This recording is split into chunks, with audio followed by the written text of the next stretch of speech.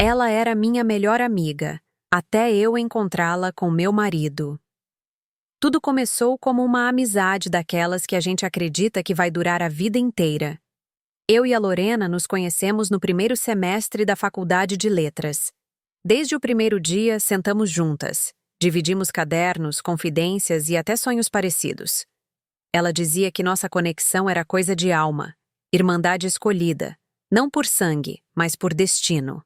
E por muito tempo, eu acreditei nisso. Confiava nela como confio na minha própria sombra. A presença dela era constante em todos os momentos importantes da minha vida. Inclusive quando conheci o Marcos. Marcos entrou na minha vida como um presente inesperado. Tímido, doce e inteligente, ele era tudo o que eu achava que precisava. Lorena gostava dele também. Dizia que ele era o tipo de homem raro e que eu tinha sorte. Os três formávamos um trio inseparável. Tínhamos noites de vinho e conversas sobre livros, viagens e fé. Sim, fé. Porque, embora estivéssemos em um ambiente acadêmico, todos nós carregávamos uma espiritualidade silenciosa. Um respeito pelo invisível, pelo divino, ainda que cada um à sua maneira. A vida parecia em paz. Até que parou de parecer. Com o tempo, pequenas coisas começaram a me incomodar. Trocas de olhares, silêncios longos, respostas atravessadas. Mas eu ignorava. Eu era uma idealista. Acreditava que o bem sempre prevalecia, que amizades verdadeiras não se corrompiam, que um casamento baseado no amor não era frágil. Até que tudo desmoronou de uma vez. Eu não precisei de provas. Bastou abrir a porta errada no momento certo. Ou errado, dependendo do ponto de vista. Porque naquele instante, a imagem que me perseguiu por meses se materializou. Minha melhor amiga, com meu marido. Nada foi dito naquele momento. Eles se assustaram, mas eu saí. Em silêncio, como quem enterra uma parte da alma que nunca mais volta a respirar. A traição não foi só conjugal. Foi emocional, espiritual, existencial. E o que mais doeu foi saber que aquilo tudo já morava dentro deles muito antes de acontecer. Só que o que eles não sabiam é que eu também escondia algo. E que, no fim das contas, nem tudo era o que parecia. Nos primeiros meses de faculdade, Lorena foi o ponto de equilíbrio da minha rotina. Dividia comigo o café, as anotações e até os problemas familiares. Era daquele tipo que te escuta com olhos atentos e cabeça levemente inclinada, fazendo você se sentir compreendida mesmo sem dizer tudo. Costumávamos sentar debaixo de uma árvore no campus e sonhar alto. Ela dizia que iríamos morar juntas, trabalhar com literatura infantil e, quem sabe, escrever um livro sobre a nossa amizade. Ingenuamente, eu achava que estava construindo algo eterno. Ela conheceu Marcos antes de mim, mas foi quem nos apresentou. Disse que ele era a minha cara e garantiu que eu precisava dar uma chance a alguém mais sensível. Nunca pensei que aquilo poderia ser um teste, uma provocação ou uma escolha indireta. Quando começamos a namorar, ela comemorou como se fosse dela também. Era presença constante em tudo. Preparou o jantar do nosso noivado, ajudou a escolher a roupa do meu casamento, segurou minha mão antes de eu entrar na cerimônia. Mas hoje, olhando para trás, vejo que os olhos dela estavam sempre no altar, só não em mim. Com o tempo, nossa amizade mudou. Ela começou a competir em pequenas coisas, notas em provas, atenção de professores, elogios em apresentações. Eu fingia não perceber, achando que era apenas insegurança da parte dela. Repetia para mim mesma que a amizade vinha em primeiro lugar, que estávamos crescendo juntas e que aquilo era só uma fase. O problema é que a fase não passava. E as pequenas disputas viraram alfinetadas sutis, brincadeiras constrangedoras e conselhos que mais pareciam armadilhas. A luz que havia entre nós foi escurecendo. Mas, como boa idealista, insisti em manter acesa uma chama que já tinha virado fumaça. Preferi fechar os olhos a aceitar que talvez aquela amizade já tivesse cruzado uma linha silenciosa e invisível. Eu não sabia ainda o que ela realmente queria, mas sentia, no fundo, que não era só meu bem, e por confiar demais, acabei me entregando de olhos fechados ao que seria a maior queda da minha vida. Marcos entrou na minha vida como um sopro de tranquilidade em meio ao caos dos trabalhos acadêmicos e das inseguranças que ainda carregava da adolescência. Ele era paciente, atencioso, falava pouco, mas ouvia com profundidade. Tinha aquele tipo de presença que faz você se sentir segura só por estar perto. No começo eu achava que ele era tímido demais, mas Lorena insistia. Esse é o tipo de homem que vale a pena. Ela praticamente nos empurrou um para o outro, e eu achei bonito, até poético, que minha melhor amiga ajudasse a construir meu romance. Durante o namoro, ela estava sempre lá. Ajudava a planejar nossas surpresas, escolhia os presentes comigo, aconselhava quando discutíamos. Parecia ser o elo entre nós, a ponte de equilíbrio. Por vezes, cheguei a dizer que ela era como uma madrinha da relação. Lembro de uma noite em que eu estava doente, e Marcos não pôde vir me ver porque estava ocupado. Quem apareceu? Ela. Com sopa, remédio e um olhar que, na época, eu achei apenas solidário. Hoje sei que era culpa. Ou disputa, ou talvez posse. Nosso relacionamento cresceu e decidimos nos casar. Lorena foi a primeira a saber. Pulou de alegria, chorou, me abraçou como se fosse dela o pedido. Disse que me ajudaria com cada detalhe. E ajudou, em tudo. Desde o vestido ao buffet, da música da cerimônia às flores do buquê. Mas sempre com uma opinião forte demais. Um envolvimento que ultrapassava o normal. Comecei a notar que ela e Marcos riam de piadas internas que eu não conhecia. Que se olhavam de forma prolongada em momentos em que achavam que eu não via. Mas, novamente, silenciei. Idealista como eu era, preferi acreditar que era paranoia. Que a amizade entre eles era apenas fruto da proximidade construída por mim. Que era impossível alguém que me conhecia tão profundamente ser capaz de me ferir. Me enganei. E enganei a mim mesma, porque ela estava ali o tempo inteiro. Não como apoio, mas como alguém que se aproximava não por carinho, mas por desejo de ocupar o que era meu. E eu, cega pela confiança, segui caminhando em direção ao altar, sem imaginar o quanto ele já estava sendo dividido. A intuição, dizem, é a voz baixa que grita quando ninguém mais está falando. E por meses, a minha gritava. Mas eu insistia em abafar.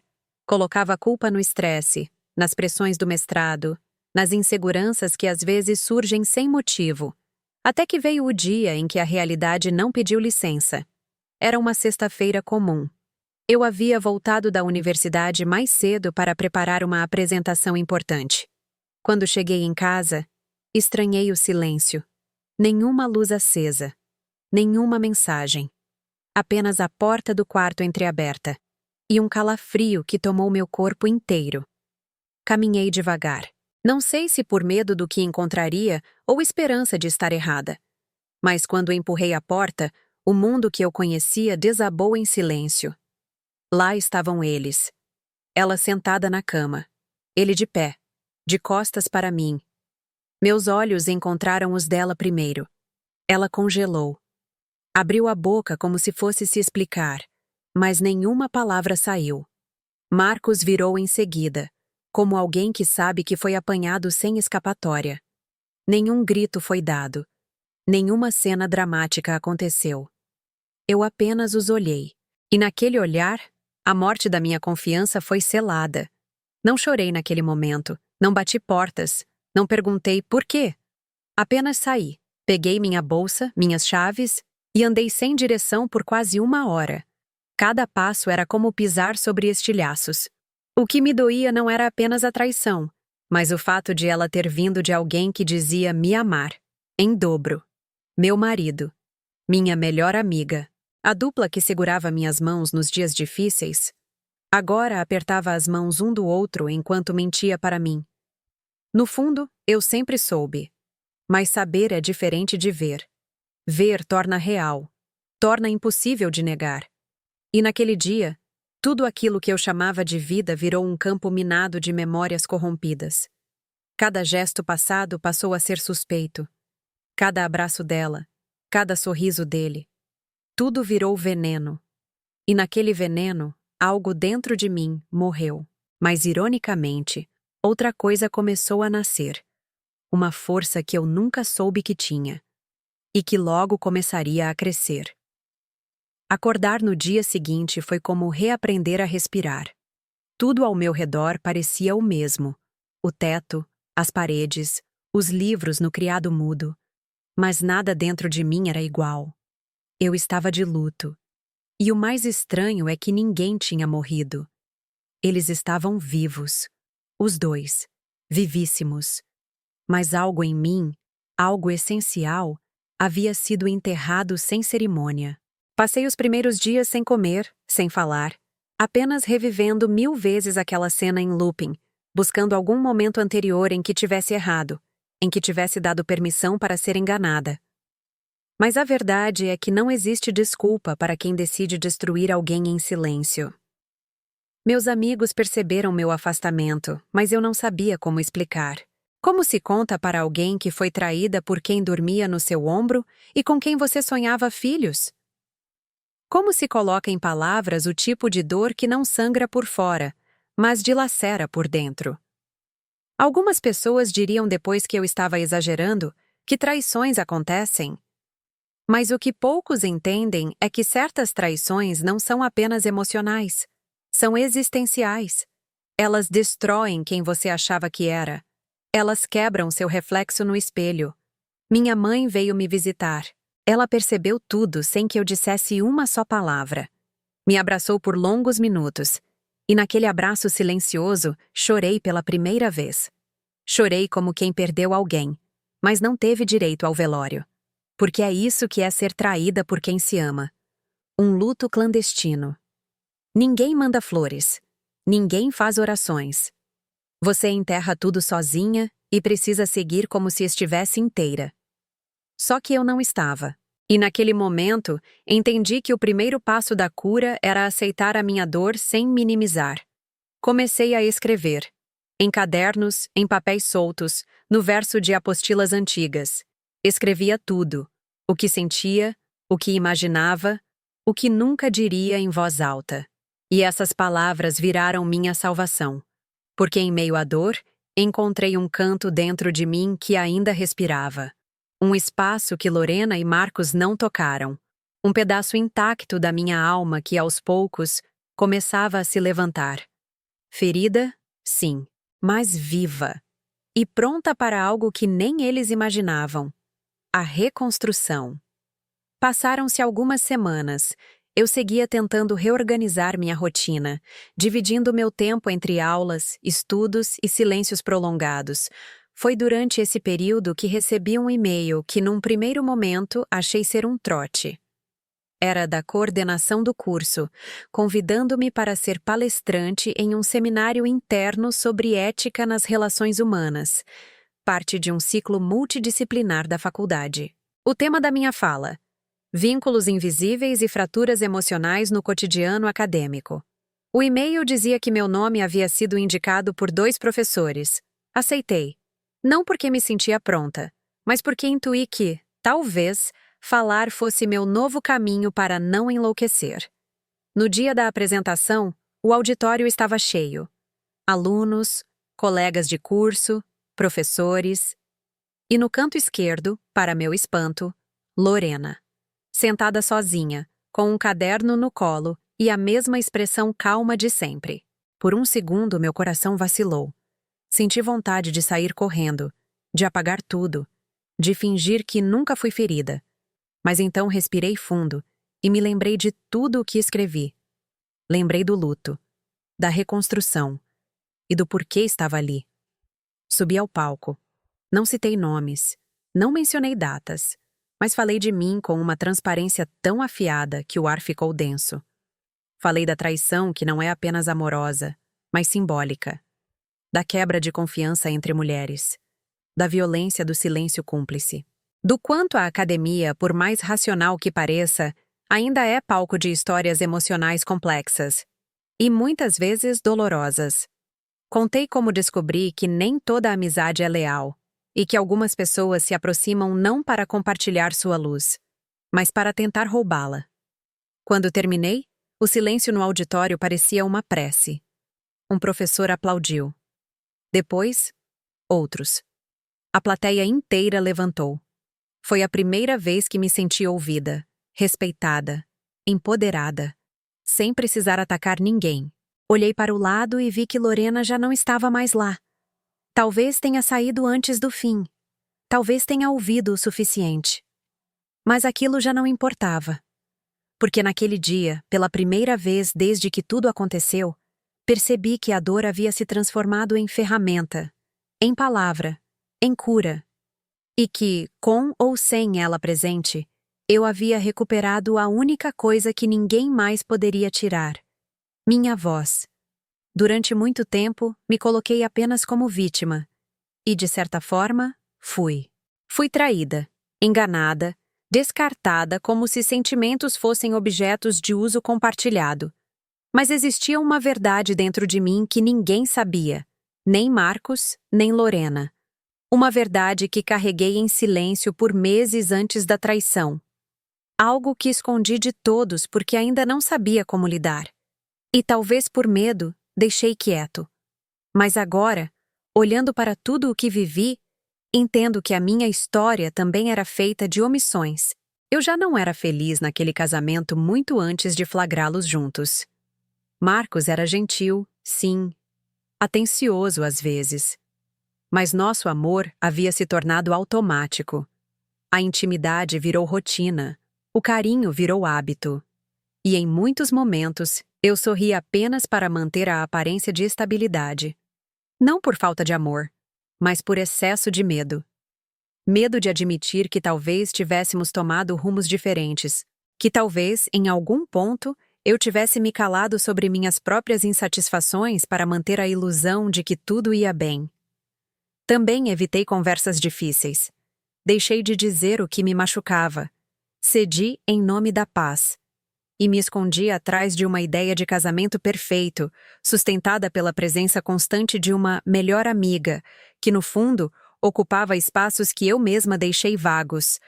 Não estou dizendo que mereci ser traída. Jamais. Mas entendi que meu silêncio também alimentou a distância. E que, em algum nível, me acomodei num papel de esposa exemplar, enquanto perdia o controle da minha própria história. Assumir isso foi libertador. Não para me culpar, mas para me responsabilizar por retomar a minha vida com verdade. A maior mentira, percebi, não foi a deles. Foi a que eu mesma me contei todos os dias ao dizer que estava tudo bem. Quando finalmente olhei no espelho e disse, não está, começou a transformação. E foi essa verdade, mesmo dolorosa, que me libertou de vez da ideia de que eu precisava parecer forte o tempo inteiro. Porque força de verdade é reconhecer a própria sombra. E ainda assim, continuar caminhando. Foi pouco depois da minha fala no seminário que recebi uma mensagem de Marcos. Uma notificação simples. Podemos conversar? Meu corpo gelou. Por um momento, considerei bloquear, ignorar, apagar. Mas algo em mim, talvez curiosidade, talvez justiça, me fez responder apenas, seja direto. Em menos de 2 horas, ele estava na porta da minha casa. Mesma postura de sempre, mesmo olhar calmo, mas agora havia um peso nos ombros que não existia antes. Ele me olhou como quem esperava ser recebido com carinho, como se tudo pudesse ser resolvido com uma conversa madura. Mas havia algo que ele ainda não entendia. Eu não era mais aquela mulher. Sentou no sofá, respirou fundo e começou o discurso ensaiado. Disse que o que aconteceu com Lorena não foi planejado, que tudo começou em momentos de vulnerabilidade, que sentia culpa todos os dias. Falou da saudade, dos planos que tínhamos, das coisas boas que vivemos. Puxou lembranças como cartas antigas, tentando reacender um incêndio em ruínas. E então disse algo que me revolveu por dentro. Acho que podemos tentar de novo, agora com mais verdade. Aquilo me fez rir. não de leveza, mas de incredulidade. Eu o encarei por longos segundos. Depois perguntei calmamente: Você acha mesmo que eu fui destruída apenas para te dar uma segunda chance? Ele ficou em silêncio. Talvez esperasse lágrimas. Um pedido de desculpas aceito com ternura. Mas o que encontrou foi firmeza. Eu disse tudo o que guardei, que ele não foi fraco, foi cruel. Que escolheu machucar 2 vezes, primeiro em segredo, depois ao fingir que nada mudou. Que o que ele queria recuperar não era o nosso amor, mas o conforto de saber que eu ainda estava disponível para curar sua culpa. Ele foi embora sem gritar, sem discutir, mas com o rosto mais vazio do que quando chegou. E eu, pela primeira vez, não chorei depois que a porta se fechou. Porque naquele encontro, percebi o quanto havia crescido. O quanto me reconstruí a ponto de não caber mais na história que vivemos. E entender isso foi como respirar pela primeira vez sem dor. Eu não precisava mais que ele me reconhecesse, porque eu já me reconhecia. E isso era tudo. Durante muito tempo, me coloquei apenas como vítima. E, de certa forma, fui. Fui traída, enganada, descartada como se sentimentos fossem objetos de uso compartilhado. Mas existia uma verdade dentro de mim que ninguém sabia, nem Marcos, nem Lorena. Uma verdade que carreguei em silêncio por meses antes da traição. Algo que escondi de todos porque ainda não sabia como lidar. E, talvez por medo, deixei quieto. Mas agora, olhando para tudo o que vivi, entendo que a minha história também era feita de omissões. Eu já não era feliz naquele casamento muito antes de flagrá-los juntos. Marcos era gentil, sim, atencioso às vezes. Mas nosso amor havia se tornado automático. A intimidade virou rotina, o carinho virou hábito. E, em muitos momentos, eu sorria apenas para manter a aparência de estabilidade. Não por falta de amor, mas por excesso de medo. Medo de admitir que talvez tivéssemos tomado rumos diferentes. Que talvez, em algum ponto, eu tivesse me calado sobre minhas próprias insatisfações para manter a ilusão de que tudo ia bem. Também evitei conversas difíceis. Deixei de dizer o que me machucava. Cedi em nome da paz. E me escondi atrás de uma ideia de casamento perfeito, sustentada pela presença constante de uma melhor amiga que, no fundo, ocupava espaços que eu mesma deixei vagos. Não estou dizendo que mereci ser traída. Jamais. Mas entendi que meu silêncio também alimentou a distância. E que, em algum nível, me acomodei num papel de esposa exemplar, enquanto perdia o controle da minha própria história. Assumir isso foi libertador. Não para me culpar, mas para me responsabilizar por retomar a minha vida com verdade. A maior mentira, percebi, não foi a deles. Foi a que eu mesma me contei todos os dias ao dizer que estava tudo bem. Quando finalmente olhei no espelho e disse, não está, começou a transformação. E foi essa verdade, mesmo dolorosa, que me libertou de vez da ideia de que eu precisava parecer forte o tempo inteiro. Porque força de verdade é reconhecer a própria sombra. E ainda assim, continuar caminhando. Depois que encarei a minha própria verdade, tudo ao meu redor começou a mudar. Não de forma grandiosa ou imediata, mas em detalhes sutis, quase invisíveis, que aos poucos reconstruíam o que eu via no espelho. Passei a me vestir diferente, não para agradar ninguém, mas para me reconhecer de novo. Voltei a andar sozinha no campus, a tomar cafés longos com livros que não lia há anos. Redescobri minha voz nas discussões em sala e minha força na solidão que antes me assustava. Não era mais a mulher que esperava a aprovação. Era a mulher que finalmente parou de pedir desculpas por existir. Comecei a escrever com propósito, não mais como catarse, mas como construção. Me inscrevi em um edital com um projeto de pesquisa sobre relações interpessoais e poder simbólico dentro do ambiente acadêmico. E fui selecionada. Pela primeira vez, senti que minha dor havia virado material de mudança real. Que as feridas tinham se tornado argumentos, e os silêncios antigos agora viravam palavras firmes. Cada aula, cada texto, cada olhar respeitoso de quem me lia ou ouvia era um tijolo novo no caminho que eu mesma estava pavimentando. As pessoas começaram a perceber. Aquela que andava curvada por dentro agora mantinha o queixo erguido. E não por orgulho, mas por presença, pela certeza de que não era mais definida por quem a feriu. Alguns se afastaram, como se meu brilho recém-descoberto incomodasse. Outros se aproximaram, reconhecendo em mim não uma sobrevivente, mas uma mulher em reconstrução, e por isso mais inteira do que nunca. E em meio a tudo isso, percebi que a nova versão de mim não nasceu da traição, mas da escolha de não ser mais movida por ela. Naquela fase, olhei para trás com compaixão, não com raiva. A mulher que eu fui era ingênua, sim, mas também corajosa. Ela amou, confiou, se entregou, e por isso mesmo merecia ser honrada, não escondida. A nova mulher que surgia não era uma substituição. Era um amadurecimento, um desabrochar que, se tivesse vindo por meios mais suaves, talvez nunca tivesse acontecido. Às vezes, é preciso que quebrem tudo dentro de nós, para que a gente tenha coragem de se reconstruir do jeito certo. Era uma manhã cinzenta de sábado quando recebi o convite para um café. O remetente, Lorena. A mensagem era curta, direta, quase impessoal. Se quiser conversar, estarei no lugar de sempre às 10 horas. Por alguns minutos, pensei em ignorar. Afinal, o que ela poderia dizer que mudaria algo?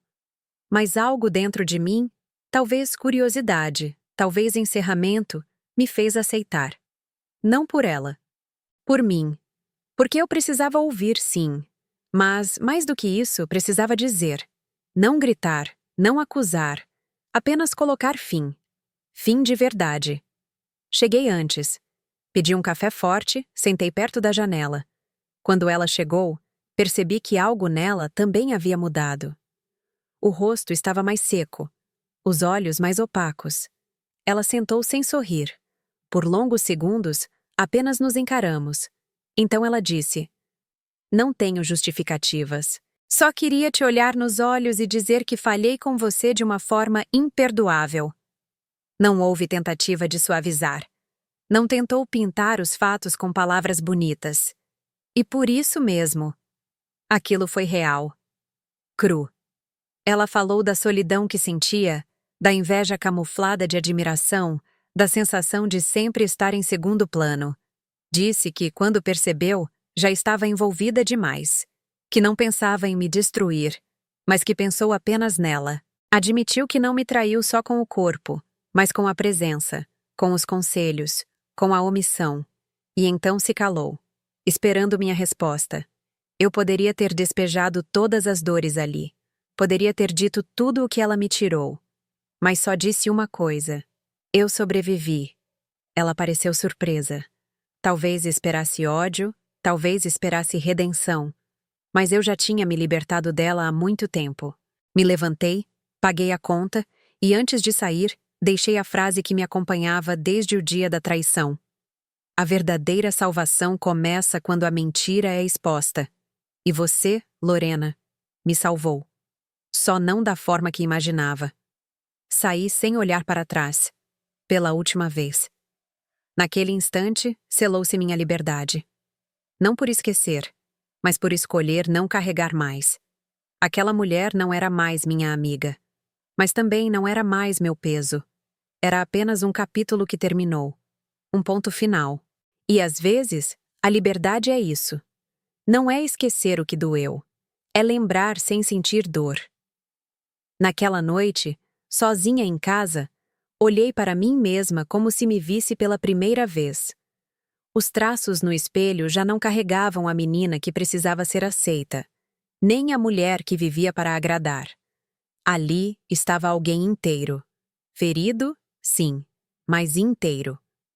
Pela primeira vez em muito tempo, não me senti incompleta, nem quebrada.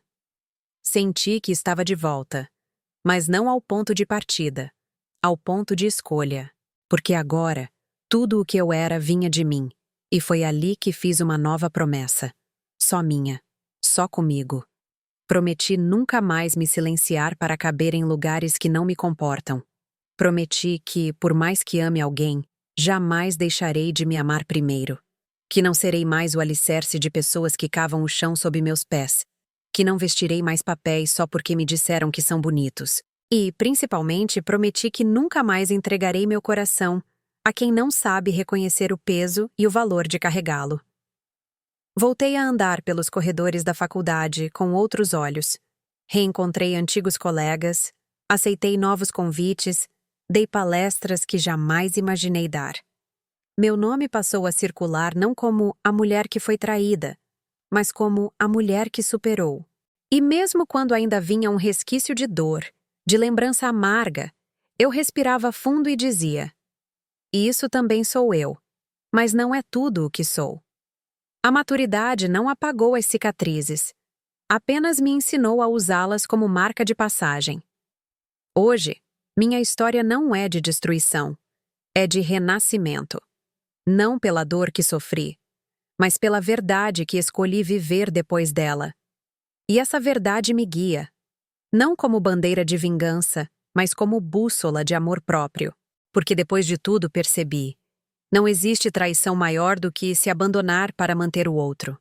E não existe milagre maior do que se escolher, todos os dias. Fui traída por quem eu mais confiava. Vi meu mundo ruir pelas mãos de duas pessoas que eu amava. E por um tempo, achei que nunca mais seria a mesma. E não fui. Mas não no sentido que imaginei. Porque sim, algo em mim morreu naquele dia. Mas deu lugar a uma nova mulher. Mais forte, mais lúcida e mais inteira. Essa história não é sobre vingança. É sobre escolha. Sobre sair da posição de vítima e assumir o protagonismo da própria vida. É sobre entender que não importa quem te derrubou, mas quem você decide se tornar depois da queda. Eu escolhi não carregar ódio. Escolhi a verdade. Escolhi a liberdade de ser quem eu sou, sem pedir desculpas por isso. A pior traição não é a do outro.